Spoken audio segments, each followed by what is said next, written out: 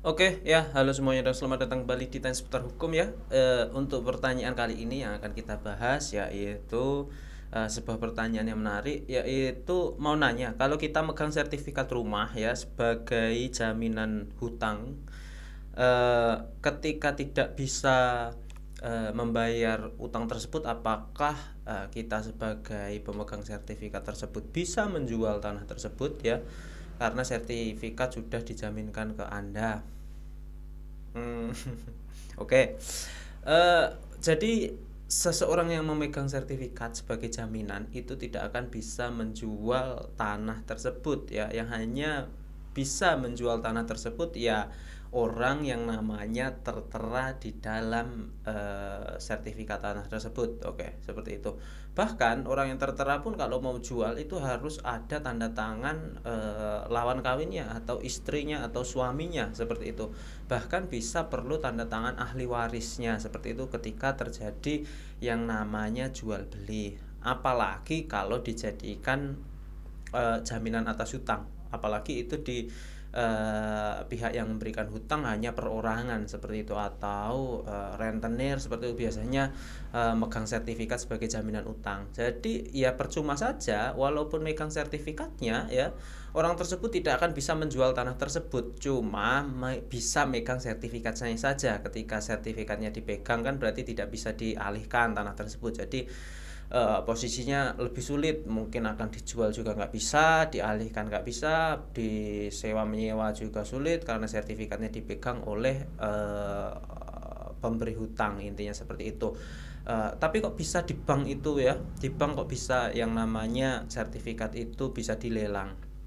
Oke, sesuai dengan Undang-Undang Hak Tanggungan, untuk lembaga keuangan ya, kreditur yang menjaminkan sertifikatnya, maka debitur ketika sudah dibebani dengan hak tanggungan sesuai dengan pasal 6 Undang-Undang Hak Tanggungan, maka bisa dilaksanakan eksekusi berupa lelang KPKNL terhadap tanah tersebut ya. Jadi ketika tanah tersebut sudah dibebani hak tanggungan, maka walaupun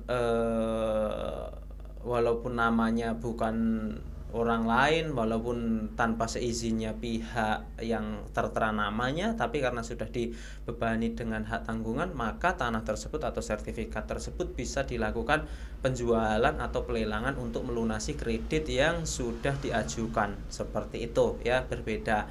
Jadi bagaimana langkahnya jika seseorang menjadikan jaminannya sertifikat ya, jaminan hutangnya sertifikat untuk perorangan.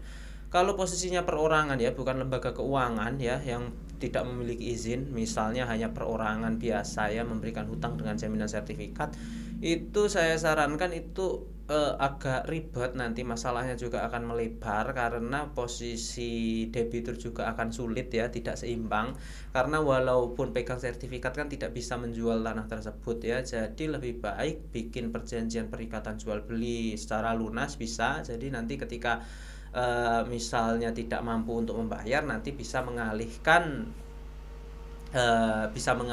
tanah tersebut atas nama Anda. Namun perjanjian jual beli atau PPJP itu kadang juga rawan ya, sering terjadi gugatan terhadap perjanjian semacam itu. Jadi lebih baik ketika ada hutang pihutang, kalau Anda posisinya orang yang memberikan hutang dan posisinya perorangan, lebih baik jaminannya bukan sertifikat, jadi jaminannya benda-benda bergerak saja, misalnya benda-benda yang kepemilikannya itu siapa yang menguasai benda tersebut, seperti halnya mobil, seperti halnya motor dan lain sebagainya. Walaupun STNK-nya sama orang lain, tapi kalau barangnya Anda kuasai berarti itu kan milik Anda. Berbeda halnya dengan tanah atau benda-benda tidak bergerak ya.